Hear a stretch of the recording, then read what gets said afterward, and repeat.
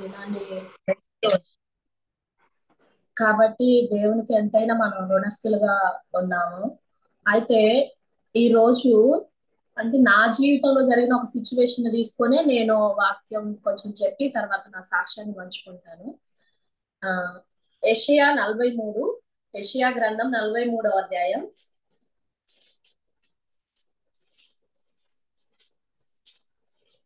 యెషయా 43 రెండవ వచనం. ఎవరైనా విని ఫస్ట్ సెకండ్.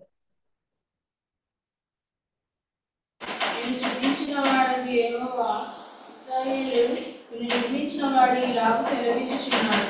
నేను నిన్ను విమోచించి ఉన్నాను, భయపడకుము, పేరు పెట్టి నిన్ను పిలిచి ఉన్నాను. నువ్వు నా సొత్తు. నీవు జలములలో పడి దాటినప్పుడు నేను నీకు తోడైందును, నదులలో పడి వెళ్ళినప్పుడు అవి నీ మీద కొట్టిపారవు. నీవు అగ్ని మధ్యలో నడిచినప్పుడు కాలిపోవు, జ్వాలలు నిన్ను కాల్చవు. అయితే ఇది యాకోబు జీవితంలో దేవుడు యాకోబుకి ఇచ్చిన వాగ్దానం. అంటే ఆయన బిడ్డలుగా మనందరికి కూడా, ఆయన అంటే ఇశ్రాయేల్ సంతానంగా మనకందరికి కూడా ఇది చెందుతుంది. అయితే ఇక్కడ దేవుడు చెప్తూ వస్తున్నాడు, యాకోబు నిన్ను సృజించిన వాడగు యెహోవా. అంటే దేవుడు యాకోబుని సృజిస్తూ వచ్చాడు. అంటే సృజించిన తర్వాత ఇశ్రాయేలు నిన్ను నిర్మించిన వాడు నేనే. అంటే ఇక్కడ చూసుకుంటే యాకోబు జీవితం ఒకప్పుడు అంతకు ముందు చూసుకున్న జీవితం మోసపూరితంగా ఉంటూ వచ్చింది. దేవుడు తను ఏర్పరచుకుంటూ వచ్చాడు తల్లి గర్భంలో ఉన్నప్పుడే, కానీ తన జీవితం మాత్రము మోసపూరితంగా ఉంటూ వచ్చింది. కానీ అటువంటి తనని దేవుడు యాకోబు నుంచి ఇశ్రాయేలుగా మార్చడానికి తను కడుతూ వచ్చాడు. నిర్మించడం అంటే కట్టడం కదా.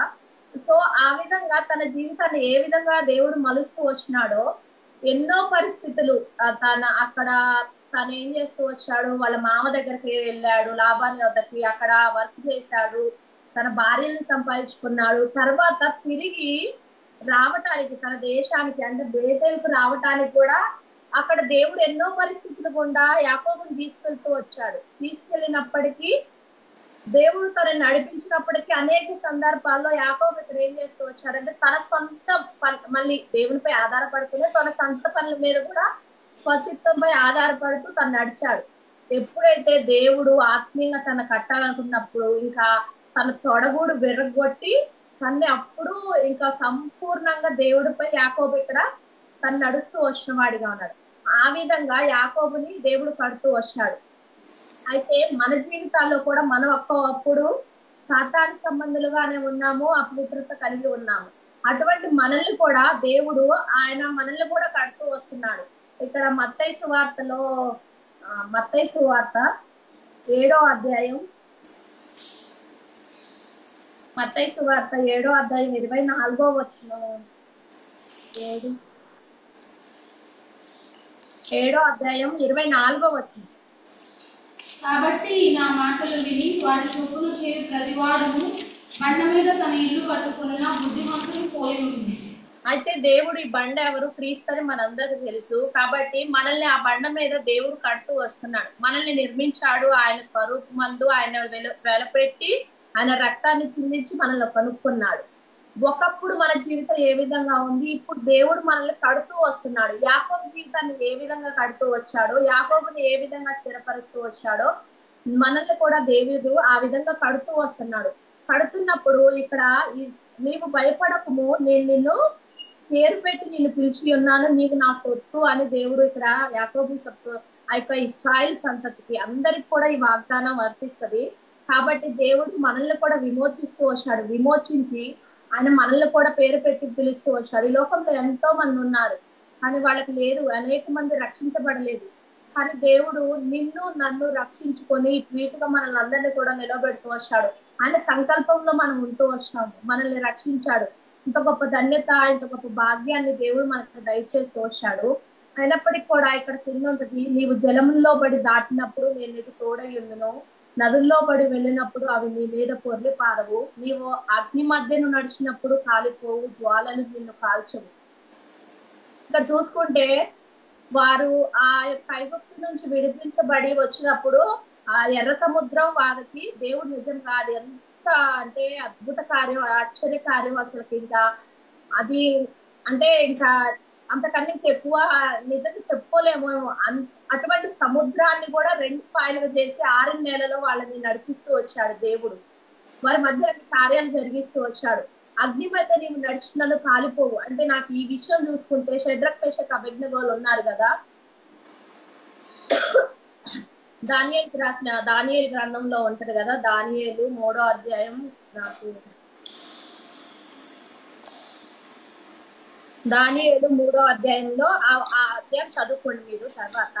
ఆ అధ్యాయంలో ఆ విగ్రహం చేసి దానికి మొక్కవని నెబుకద్నెజరు రాజు అడిగినప్పుడు వారు మొక్కరు కదా, మొక్కనప్పుడు వాళ్ళని అగ్నిగుండంలో పడివేస్తా వస్తారు. మిక్కిలి వేడిమి గల ఏడింతలు వేడిమి చేసి కూడా అగ్నిగుండంలో పడివేసినప్పుడు నిజంగా వారు కాలిపోరు, వాళ్ళ వస్త్రములు కాలిపోవు, వాళ్ళ వెంట్రుకలు కాలిపోవు, ఆ కట్లు బంధకాలు విడిపించబడతాయి. ఎవరైతే వాళ్ళని కట్టి పడవేస్తారో వాళ్ళే అందులో కాలిపోతారు, కానీ ఈ ముగ్గురు కాలిపోరు. దేవుడు అటువంటి స్థితిలో కూడా వాళ్ళని ఎంతగానో నడిపిస్తూ వచ్చాడు. ఆ యొక్క అగ్నిగుండంలో అంటే ఇంకొక మనుషుల్ని వారు చూస్తూ వస్తారు. ఆయన దేవదూత రూపంలో పోలి ఉంటారు. ఆయన ప్రభువైన యేసుక్రీస్తు వారు నిజముగా వారి మధ్య ఉండి ఆయన అటువంటి పరిస్థితిలో కూడా మనల్ని నడిపిస్తూ వచ్చాడు. అయితే మన జీవితంలో కూడా రక్షించబడిన తర్వాత ఎన్నో పరిస్థితులు వస్తాయి. అంటే ఆత్మీయంగా కావచ్చు, భౌతికంగా కావచ్చు. అటువంటి పరిస్థితులు కూడా వెళ్ళినప్పుడు కూడా దేవుడు మన జీవితంలో ఎన్నో అద్భుతాశ్చర్యకార్యములు జరిగిస్తూ వస్తాడు. కాబట్టి ఈ వాగ్దానం అనేది ఇది, నీవు అగ్ని మధ్య నడిచినప్పుడు కాలిపోవు, జ్వాలను నేను కాల్చువని నాకు దేవుడు ఆ వాగ్దానం ఇచ్చాడు ఒక ఇయర్. సో దాన్ని బట్టి నేను ఈ వాక్యం చెప్తూ వచ్చాను. కాబట్టి మనం ఎటువంటి పరిస్థితిలో ఉన్నప్పుడు వాళ్ళు ఏం చేస్తూ వచ్చారు, దేవుని వైపు చూస్తూ వచ్చారు. దేవుని వైపు చూసినప్పుడు ఏమైతుందంటే ఆయన వాళ్ళని విడిపిస్తూ వచ్చాడు ఆ పరిస్థితుల్లో నుంచి. నీవు నేను కూడా అటువంటి పరిస్థితులు ఏవైనప్పటికీ వచ్చినప్పుడు ఆయన వైపు చూసినప్పుడు ఆయన విడిపించగల దేవుడు, సమర్థుడు. ఇక్కడ ఉంటది కదా, మా దేవుడు మమ్మల్ని విడిపించుటకు సమర్థుడు. అవును, ఆయన మాత్రమే విడిపించే దేవుడు. ఆ యొక్క ఈ యొక్క మనుషులు వేసిన అగ్నిగుండంలో ఒకవేళ కాలి చనిపోయినప్పటికీ ఆత్మ వాళ్ళు రక్షించబడ్డారు కాబట్టి ఆత్మ నిరంతరం ఆయనతో ఉంటుందనే నిరీక్షణ వారికి ఉంటూ వచ్చింది. కానీ దేవుడు వేసే శిక్ష నుంచి ఎవరు తప్పించగలరు? ఎవరైనా తప్పించగలరా? ఈ లోకంలో ఎవ్వరికీ లేదు ఆ అధికారం, ఆ నరకం నుంచి తప్పించే అధికారం. ఎందుకంటే ఆయన మాత్రమే విమోచకుడు, ఆయన మాత్రమే విడిపించగలడు. కాబట్టి నేను ఆ జీవితాల్లో మనందరం దేవుని ఎరుగుతూ వచ్చాము. కాబట్టి మరలా తిరిగి తప్పిపోయే వారంగా, వెనుకకు తిరిగే వారముగా ఉండకూడదని దేవుడు మనల్ని రీతిగా కోరుకుంటూ వస్తున్నాడు. కాబట్టి మనందరం కూడా ఆత్మీయంగా ఆ విధంగా అంతకంతకు వృద్ధి చెందాలని ఆ విధంగా దేవుడు తన సంకల్పం చొప్పున మనం నడుచుకున్నాము. అదే విధంగా ఇప్పుడు నా సాక్ష్యానికి వస్తున్నాను. నా సాక్ష్యం విషయానికి వచ్చేసరికి నా పేరు మీ అందరికి తెలుసు, కీర్తి. మా అమ్మ నాన్న ప్రసాద్, దీవెన, వారికి 3 పిల్లలం మేము, మా అక్క, నేను, తమ్ముడు. అయితే ఇక్కడ మేము ఏంటంటే మా ఫ్యామిలీ చిన్నప్పటి నుంచి, అంటే అందరు చెప్పినట్టు నేను కూడా చిన్నప్పటి నుంచి విశ్వాసుల ఫ్యామిలీ అని, విశ్వాసులు అంటే చర్చికి వెళ్ళేవాళ్ళు ప్లస్ అంతే. అయితే మా చిన్న మేనత్త ఆమె ఏం చేసేదంటే హెబ్రోన్కి వెళ్ళేది. వాళ్ళకి అక్కడ హెబ్రోన్ సహవాసం ఉంటే ఆమె అక్కడికి వెళ్ళేది. అయితే ఆమె జీవితంలో ఆమె ఎన్నో అక్కడ చాలా నేర్చుకుంది. అయితే ఆమె నేర్చుకొని మా నాయనమ్మకి చెప్పింది. మా నాయనమ్మకి ఏమని, అమ్మ ఇలా హెబ్రోన్ సహవాసం ఉంటది, అది మంచి చెప్తారు, అక్కడ నువ్వు వెళ్ళు, అక్కడ నేర్చుకోవచ్చు అనేసి మా నాయనమ్మకి చెప్పినప్పుడు తాను విని, తాను అంటే మేము చాలా చిన్నపిల్లలు. ఆ సందర్భంలో మా ఊర్లో అసలుకి మందిరం లేదు. అయితే కోదాడ అని మాకు దగ్గరలో ఉంటది, అక్కడ ఒక 8 కిలోమీటర్స్ అక్కడికి వెళ్ళాలి. మా ఊరు నుంచి ఒక 5 ఫ్యామిలీసే అక్కడికి వెళ్ళేవాళ్ళు. అక్కడికి వెళ్ళి అక్కడ విని అక్కడ నేర్చుకొని వచ్చేవాళ్ళు అంతే. మేమైతే వెళ్ళలేదు చిన్నప్పుడు. నేను ఎప్పుడు అంటే ప్రేయర్కి అంటే ఊర్లలో పెడితే వెళ్ళేదాన్ని, కానీ నాకు తెలియదు. అయితే తర్వాత ఇంకా ఏమవుతూ వచ్చిందంటే నేను కొంచెం పెద్దగా అయ్యే కొద్దీ ఆర్సీఎం చర్చి అలా పెట్టేవాడు. నేను ఆర్సీఎం చర్చికి వెళ్ళేదాన్ని, నేను మా అక్క మేము. అయితే అక్కడ ఏమవుతూ వచ్చిందంటే ఆ చర్చిలో అది మొత్తం డిఫరెంట్ మనకి అంటే వెళ్ళే వాళ్ళం. అక్కడ నేను అంటే చిలకరింపు కూడా తీసేసుకున్నాను. అక్కడ మనకు తెలియదు అవన్నీ కాబట్టి అందరు తీసుకుంటున్నారు కాబట్టి నేను కూడా తీసేసుకున్నాను, చిన్నప్పుడే తీసేసుకున్నాను. తర్వాత మందిరానికి వెళ్ళేదాన్ని, అక్కడ అవన్నీ చెప్పేదాన్ని, జపాలు అవన్నీ చేసేదాన్ని. తర్వాత ఒక రోజు ఏమైందంటే బైబుల్ ఇస్తారు మందిరానికి రెగ్యులర్ గా వచ్చే వాళ్ళకి అని చెప్తే నేను మా అక్క మంచిగా రెడీ అయ్యి వెళ్ళాము, బైబుల్ ఇస్తారు కదా అని.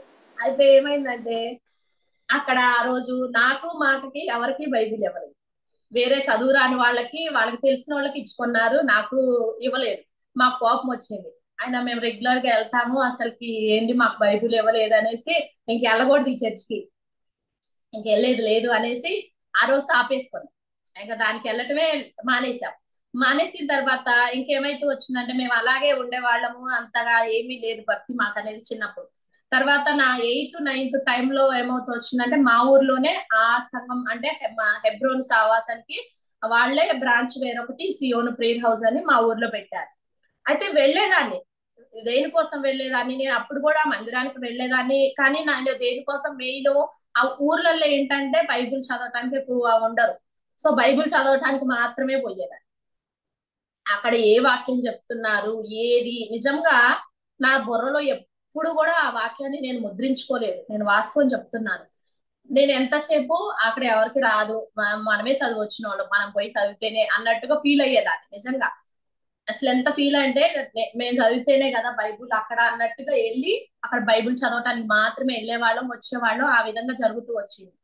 ఆ విధంగా జరుగుతూ వస్తున్న సమయంలో దేవుడు నిజంగా నేను ఎప్పుడు అంటే మనకు అవసరం ఉన్నప్పుడే, నా విషయానికి వస్తే నేను అవసరం ఉన్నప్పుడే బైబిల్ ఓపెన్ చేసి చదివేదాన్ని. అదేనా అలాగా ఏది పేపర్ ఏది తీస్తే ఏదొస్తే అది నాకు అనుకూలమైతేనే అప్లై చేసుకునేదాన్ని, అనుకూలం కాకపోతే ఇదిగా దేవుడా ఇంకోటని ఇంకో పేజ్ తీసేదాన్ని. ఆ విధంగా చదివే అటువంటి స్థితిలో ఉన్నాను నేను అప్పుడు ఫస్ట్ లో. అయితే ఉన్న తర్వాత అక్కడి నుంచి దేవుడు ఏం చేస్తూ వచ్చాడంటే ఇంటర్ హాస్టల్ జాయిన్ అయ్యాను. ఇంటర్ కూడా నేను ఏం చేసేదాన్ని అంటే నా స్వప్రయోజనం కోసమే. నిజంగా బైబిల్లో నిజం దేవుడు అందుకే రాయించాడు, ఎవరి కోసం ఉపవాసం ఉన్నావు, నీ స్వప్రయోజనం కోసమే కదా, మీకోసమే కదా అని ఉంది కదా. ఆ విషయం కూడా నా అంటే ఒక నేను అంటే భక్తితో కాదు, నేను పాస్ అవ్వాలి, నేను దేవుడికి ప్రార్థన చేస్తే పాస్ అవుతాను. సో ఆ హోప్ మాత్రమే నాకు.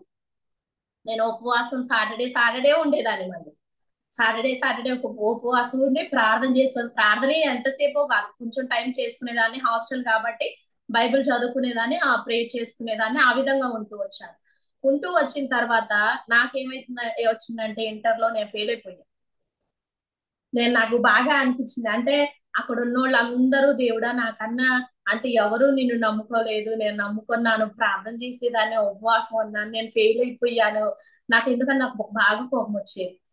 అయితే కానీ నాకు ఆ విషయం నాకు ఏమి తెలియదు, అంటే అది నా సొంతం, నా విషయానికి మాత్రమే నేను ఉన్నాను, దేవుని కొరకు కాదు.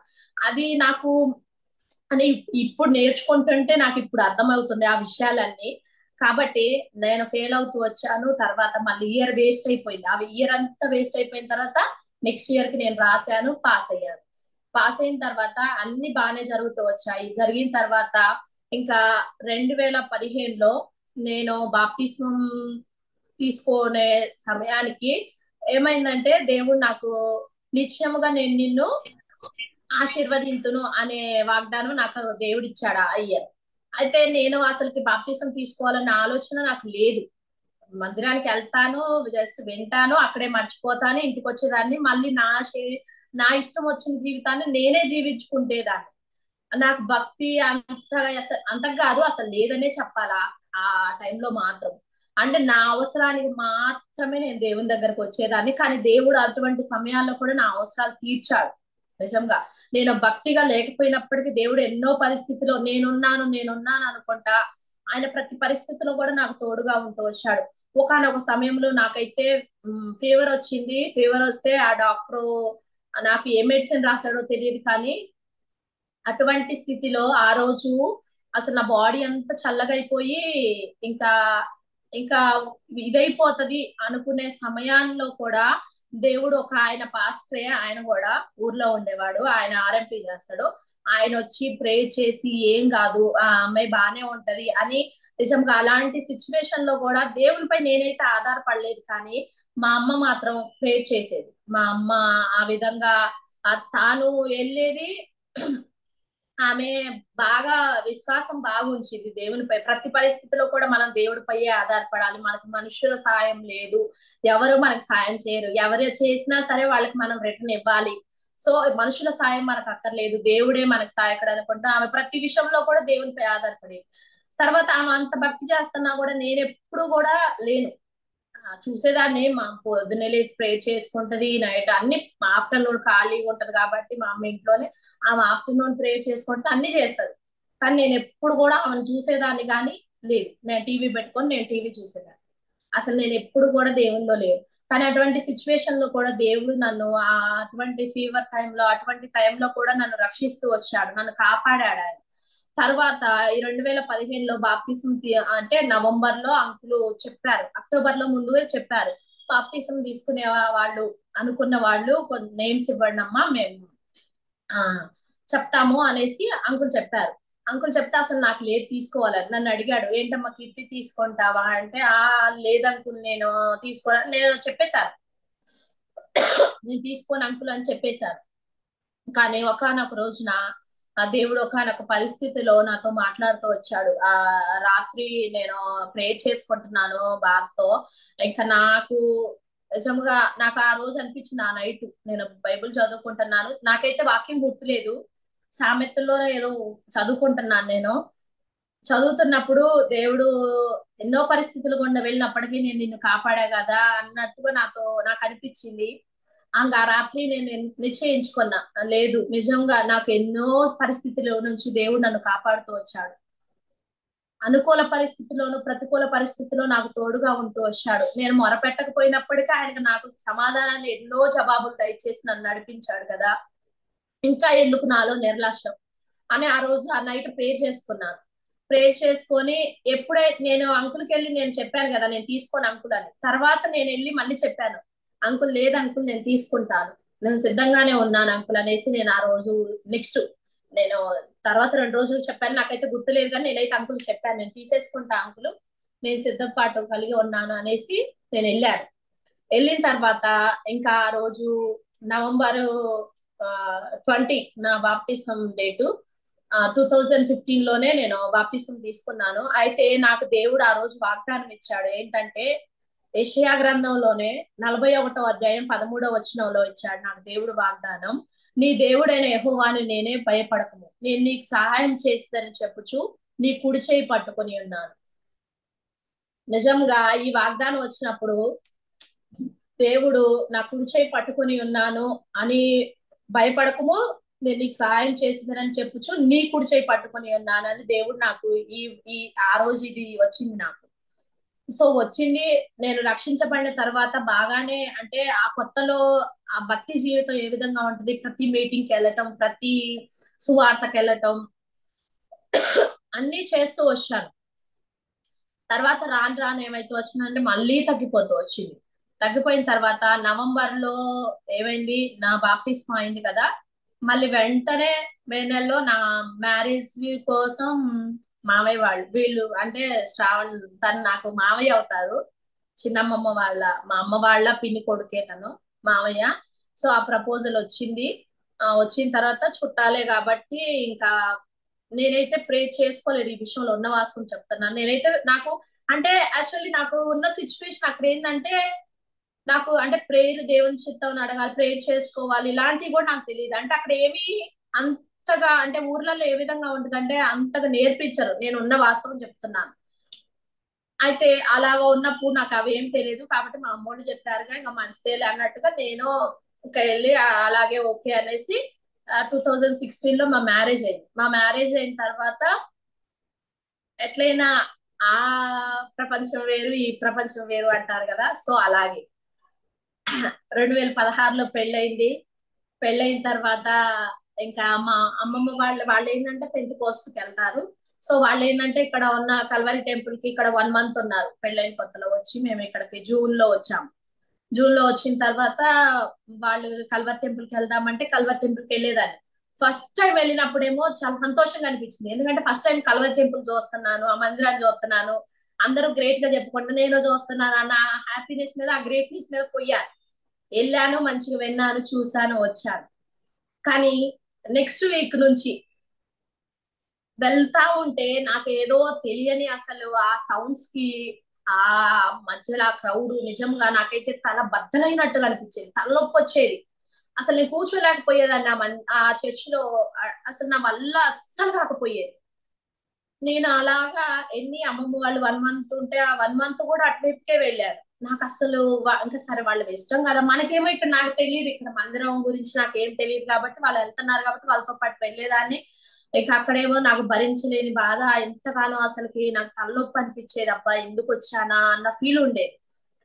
తర్వాత ఏమైందంటే వాళ్ళు ఊరు వెళ్ళిపోయిన తర్వాత నేనేం చేశాను, ఇంకా నా వల్ల కాదు, నేను రాను కల్వ టెంపుల్ కి, అసలు నాకు తలనొప్పి వస్తుందా, నాకు నేను భరించలేను అక్కడ అనేసి, మా ఊర్లో విజయరాజ్ అంకుల్ అని ఒక అంకుల్ ఉంటారు, అయితే అంకుల్ కాల్ చేసి, అంకుల్ మాకు ఇక్కడ హెబ్రోన్ ఎక్కడో తెలియట్లేదు, మాకు కొంచెం చెప్తారా అంకుల్ అంటే, హెబ్రోన్ వాళ్ళది ఒక నెంబర్ ఇచ్చారు.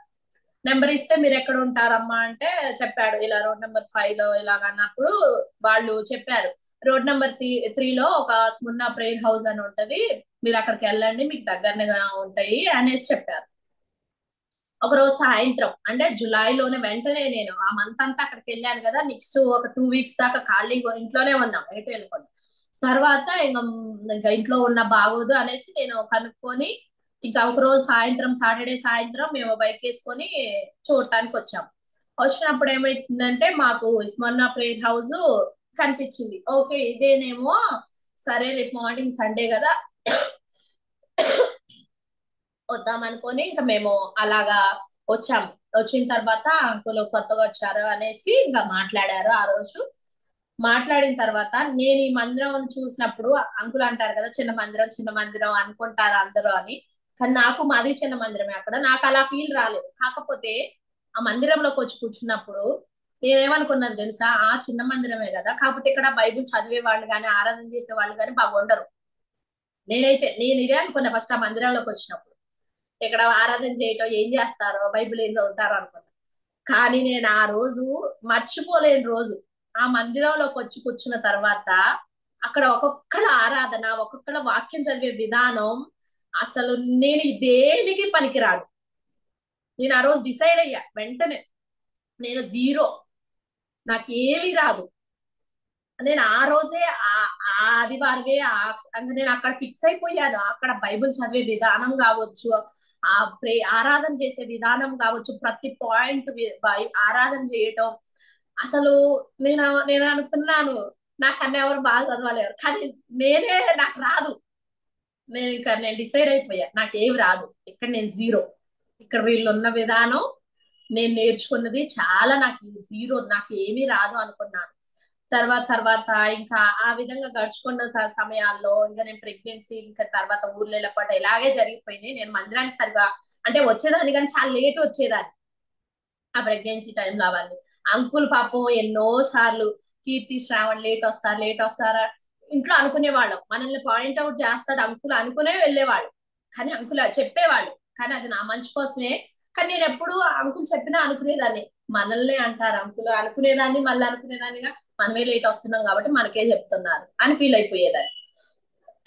తర్వాత తర్వాత ఆ విధంగా ఎన్నోసార్లు హెచ్చరించారు అంకులు, హెచ్చరించినప్పటికీ నేనేం సరి చేసుకోలేదు, చాలా సంవత్సరాలు అలాగే కంటిన్యూ చేసేది. కానీ నేను ఆ మందిరానికి వచ్చిన తర్వాత నేను ఎప్పుడు ఆరాధన చేయలేదు, చాలా సంవత్సరాలు వరకు కూడా. ఎందుకంటే నాకు భయం, నాకన్నా బాగా ఆరాధన చేస్తారు, నాకన్నా బాగా ప్రార్థన చేస్తారు, నాకు ఏమి రాదు. అందరూ అంటే ఈ ఆరాధన చేస్తే నవ్వుతారేమో అన్న ఫీల్ నాకు ఉండేది. అందువల్ల నేను ఆరాధన కూడా చేయకపోయేదాన్ని, ప్రార్థన ఏది కూడా ఉండవు. తర్వాత తర్వాత అలా జరుగుతున్న క్రమంలో ఇంకా నాకు 2 పిల్లలు పుట్టారు. అంకులు ప్రతి పరిస్థితిలో కూడా నిజంగా సంఘం నా కొరకు ఆ ప్రెగ్నెన్సీ టైంలో నాకు అందరూ ఎవరు కూడా తెలియదు, ఆ మందిరంలో కొంతమందే తెలుసు నాకు. ఆ కొంతమంది తెలిసినప్పుడు కూడా సంఘం అంతా కూడా నాకు అటువంటి పరిస్థితుల్లో నేను వామిటింగ్ సెన్సేషన్ అవన్నీ ఉన్నప్పుడు అంకుల్ చెప్పేదాన్ని, ఆ అంకుల్ ప్రే చేసేవాళ్ళు, సంఘం అంతా కూడా నా కొరకు ఆ టైంలో ప్రే చేస్తూ వచ్చారు. వచ్చిన తర్వాత ఇంకా ఇక్కడ ఇలా జరుగుతున్న సమయంలో 2019 లో కోవిడ్ స్టార్ట్ అయింది కదా, ఆ టైంలో ఏమైందంటే ఆ మేము క్రిస్మస్ కని ఊరు వెళ్ళిపోయాం. ఊరు వెళ్ళిపోయిన తర్వాత అక్కడ ఒక ఒక పరిస్థితి, ఒక గొడవ జరిగేసి నేను మా అమ్మ వాళ్ళ ఇంటి దగ్గరే ఉండిపోయిన తర్వాత అక్కడ నేను వాగ్దానం చేశా కదా, ఇందాక చెప్పా కదా, యెషయా 43:2 నీవు అగ్ని మధ్య నడిచినప్పుడు కాలిపోవు, జ్వాలలు నిన్ను కాల్చవని. సో ఆ టైంలో నాకు ఆ వాగ్దానం వచ్చింది. మా అమ్మ అన్నది కదా, ఈ వాగ్దానం వచ్చింది, ఇటువంటి పరిస్థితుల్లో దేవుడు ఆ నిన్ను కాలిపోవు అని నీకు వాగ్దానం చేశాడు. సో ఎటువంటి పరిస్థితులు అయినప్పటికీ ఆయన నీకు తోడుగా ఉంటాడు, భయపడ మాకు అనేసి మా అమ్మ చెప్పింది.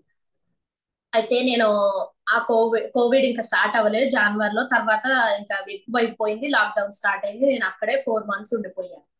4 మంత్స్ ఉండిపోయిన తర్వాత ఇంకా ఎన్ని రోజులు ఉంటాము అనేసి కాల్ చేసి, మావయ్య ఇంకా నేను మా చుట్టాల అమ్మాయి ఒక అమ్మాయి డెలివరీ అయితే ఆ అమ్మాయి ఊరు వస్తుంది ఆ కార్ లో, అదే కార్ లో రిటర్న్ వచ్చేయి నువ్వు అనేసి నాకు చెప్పాడు. సో అటువంటి సిచ్యువేషన్ లో నేను తిరిగి రిటర్న్ వచ్చాను హైదరాబాద్ కి. కానీ నేను ఇంటికి రాలేదు. అంటే అప్పటికే ఏదో లాక్డౌన్ కొంచెం సడలింపులు, ఇంత టైం వరకే తిరగొచ్చు, అంత టైం వరకే తిరగాలి, తర్వాత లాక్డౌన్. సో అప్పటికే నేను సికింద్రాబాద్ చేరుకున్నాను. అక్కడ వీళ్ళ పిన్ని వీళ్ళ మేనత్త ఉంటే అక్కడ ఉండిపోయాను. తను నెక్స్ట్ డే తాను వచ్చి నన్ను తీసుకొస్తుంటే నాకు మార్గం అంతా కూడా ఒక కలవరం, ఒక భయం. ఇంటికి వెళ్తున్నాను, అక్కడ అప్పటికే అమ్మమ్మ వాళ్ళు ఎక్కడే ఉన్నారు. సో ఇప్పుడు వెళ్తే గొడవ అవుతుంది, నేను ఎలా ఫేస్ చేయాలి? నా వల్ల కాదు ఇప్పుడు గొడవ పెట్టుకొని మళ్ళీ గొడవ. ఇప్పటికే 4 నెలలు ఇలాగున్నాను. ఎలా? నువ్వే నాకు, నేను అగ్ని మధ్య నడిచినను నేను కాల్చినను వాగ్దానం చేశావు. ఏదైనప్పటికీ నువ్వే చూసుకోవాలి ఆ మార్గంలో. నువ్వే ప్రతిదీ గతి నువ్వే చూసుకోవాలి దేవా. నువ్వే నేనైతే మనుషులపై ఆధారపడట్లేదు, నాకు తెలీదు. నువ్వే చెయ్యాలి, నువ్వే ప్రతిదీ అనుకుంటా వచ్చాను. ఇంట్లోకి అడుగు పెట్ట గేడు వేసా. నాకు నిజంగా ఇలా భయం, ఎంత భయం అంటే అంత భయం వేసింది. అటువంటి వచ్చాను. వచ్చేసి బాగున్నారా అని అడిగాను, సమాధానం ఇవ్వలేదు. సర్లే ఇవ్వకపోతే వాళ్ళు అనేసి నేనేం మాట్లాడలేదు. అలాగా ఒక ఇక్కడే అందరం కలిసి ఒక ఎన్ని మంత్స్, ఒక 2 మంత్స్ కలిసి ఉన్నాము. తర్వాత ఊరు వెళ్ళాము, మళ్ళీ అక్కడ ఉన్నాము. కానీ ఎవరో రెస్పాండ్ అవ్వలేదు. అయినప్పటికి కూడా నేను సైలెంట్ గానే ఉన్నాను. అంతవంటి పరిస్థితిలో కూడా నిజంగా నాకు అనిపించింది ఎంత ఫూలిష్ గా బిహేవ్ చేశారని నాకు ఎప్పుడు అనిపించింది. అప్పుడు కూడా నేను దేవుడిపై ఆధారపడలేదు. అప్పటికి కూడా నేను, అంటే నేను అనుకునేదాన్ని జస్ట్, నాకు చెప్పాను కదా ఇందాకనే, నాకు అటువంటి పరిస్థితి వచ్చినప్పుడే దేవుడు. నార్మల్ టైం అంతా నాకు దేవుడు అవసరం లేదు అన్నట్టుగానే ఉన్నా. కానీ అటు ఆ ఆ సిచ్యువేషన్ లో కూడా దేవుడు నాతో ఒక 10 మంత్స్ ఎవరు వాళ్ళు మాట్లాడిపోయినప్పటికీ దేవుడు నాకు అన్ని విషయాల్లో కూడా, ప్రతి పరిస్థితిలో కూడా ఆయన నాకు తోడుగా ఉంటూ వచ్చాడు. తర్వాత ఆయనే అన్ని, తర్వాత నెక్స్ట్ టైం కూడా వాళ్ళు మాట్లాడేలాగా కూడా దేవుడు చేశాడు. నిజంగా అది నేను పలకరించాను, వాళ్ళు మాట్లాడలేదు, సర్లే ఓకే అనుకున్నాను. కానీ అది ఒక 9-10 మంత్స్ అయినప్పటికి కూడా వాళ్ళే నాతో మాట్లాడలేక దేవుడు చేశాడు. నిజంగా అది నాకు చాలా హ్యాపీగా అనిపించింది. సరే దేవుడు నిజంగా ఉన్నాడు అనుకున్నా. ఇంకా అలాగా అలాగా వస్తున్నప్పుడు 2021లో నేను, అందరూ అప్పటికే ప్రేయర్ కి బాగా కనెక్ట్ అవుతున్నారు, ఆన్లైన్ లో ప్రేయర్లు చేస్తున్నారు. నేను ఎందుకు ఆ రోజు 2021 మేలో నేను కనెక్ట్ అయ్యి, నాకు ఎందుకు గుర్తుందంటే ఈ సిచ్యువేషన్, నేను ఆ రోజు కూడా నా స్వలాభం కోసమే కనెక్ట్ అయ్యా. నిజంగా మండే ఉపవాస ప్రార్థన ఆ రోజు. అయితే నేను కనెక్ట్ అయింది దేనికి, నెక్స్ట్ వీక్ మైరాకి బర్త్డే ఉంది. సో అప్పటికప్పుడు ఫోన్ చేసి అంకుల్ ప్రేయర్ చేయండి అంటే బాగోదు, కాబట్టి ముందు ఈ వీక్ కనెక్ట్ అయ్యి మళ్ళీ అప్పుడు కూడా కనెక్ట్ అయితే అంకుల్ ప్రేయర్ చేస్తారు. నిజంగా నేనైతే ప్రతిది కూడా అసలు నా సొంత ప్రయోజనానికి, నా దానికోసమే నేను నిజంగా ఆ విధంగా ఉంటూ వచ్చా. ఆ రోజు కనెక్ట్ అయినప్పుడు అంకుల్ నన్ను ఆరాధన చేయమన్నాడు. మే నెలలో లాస్ట్ అది సండే, తర్వాత ఆ మండే, ఆ మండేలో నన్ను ప్రే చేయమన్నారు. నేను ఆరాధన చేయమన్నారు, నేను ఆరాధన చేశాను. అంటే నాకు ఏం చేశాను నాకు తెలియదు. అంకుల్ అయితే అన్నారు కదా ప్రోత్సహించడానికి అన్నారు అనుకుంటూ, నేనైతే బాగా చేస్తున్నావు కదమ్మా, కనెక్ట్ అవ్వరాదు ఎందుకు, టైం ఉంటది కదా అన్నారు. ఇలాగా మార్నింగ్ ఆఫ్టర్నూన్ ఇలా ప్రేస్ చేస్తున్నారు, కనెక్ట్ అవుతావా కీర్తి అన్నారు.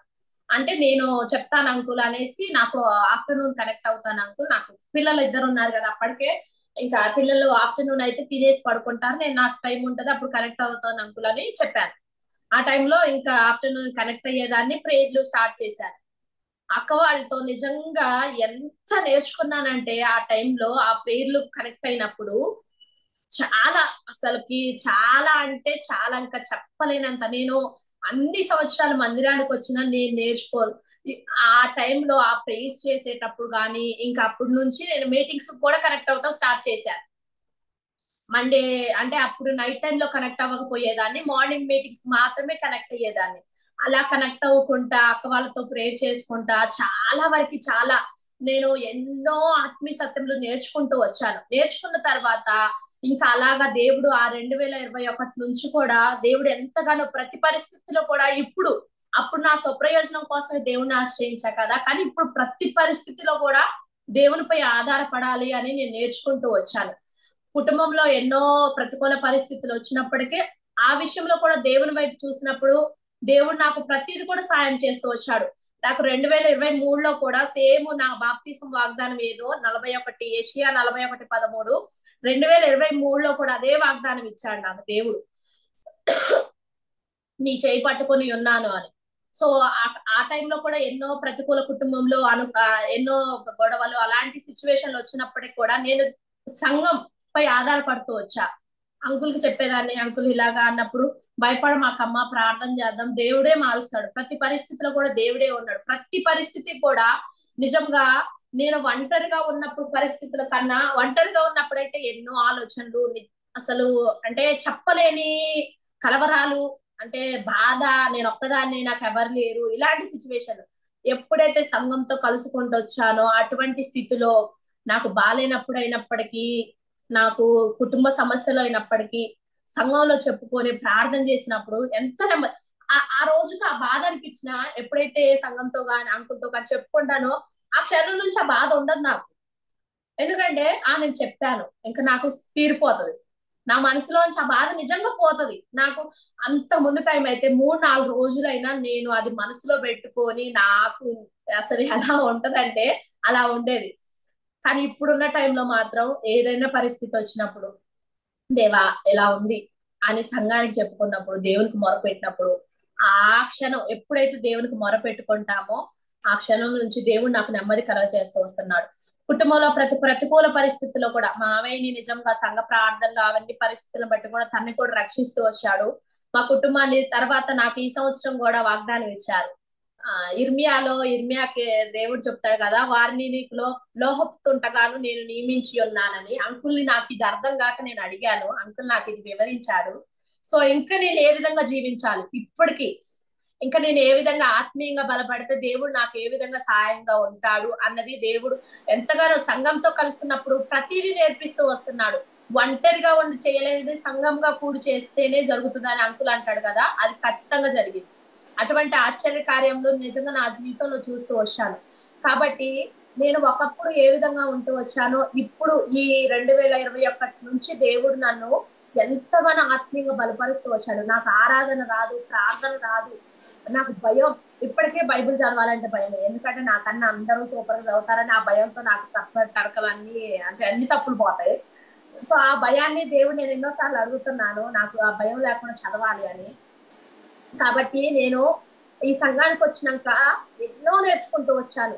పడిపోయినప్పటికీ ఏ విధంగా లేవాలి, దేవునిపై ఏ విధంగా ఆధారపడాలి, దేవుడు ఏ విధంగా సాయం చేస్తూ వస్తాడు, అందరు ప్రార్థనలు విన్నప్పుడు ఏ విధంగా వాళ్ళు ఆత్మీయంగా బలపడుతున్నప్పుడు నేను కూడా ఇంకా కట్టబడాలి దేవా, ఇంకా బలపడాలి తండ్రి అని ఆ విధంగా దేవుడు నా జీవితంలో ఎన్నో అద్భుత ఆశ్చర్యకార్యాలు జరిగిస్తూ వచ్చాడు.